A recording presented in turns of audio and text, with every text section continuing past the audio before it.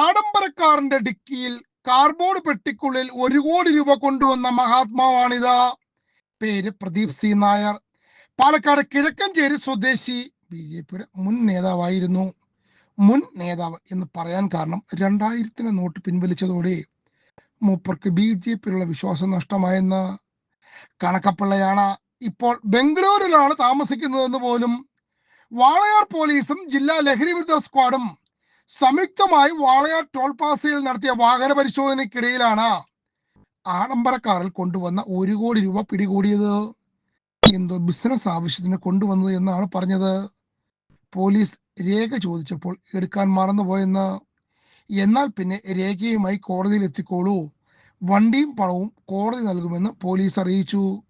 ഇതൊന്നും കുഴൽപ്പണമല്ലെന്നും വസ്തു വിറ്റ് കിട്ടിയ പണമാണെന്നുമാണ് ദേശീയ പാർട്ടിയുടെ മുൻ നേതാവ് പോലീസിന് മൊഴി നൽകിയത്. എന്നാലും എൻ്റെ നേതാവേ, ബംഗളൂരിൽ നിന്നും കാർബോർഡ് പെട്ടിക്കുള്ളിൽ പണം ഡിക്കിയിൽ വെച്ച് കൊണ്ടുവരാനുള്ള നിങ്ങളുടെ മനസ്സ് അതെത്ര അഭിനന്ദിച്ചാലും മതിയാകില്ല.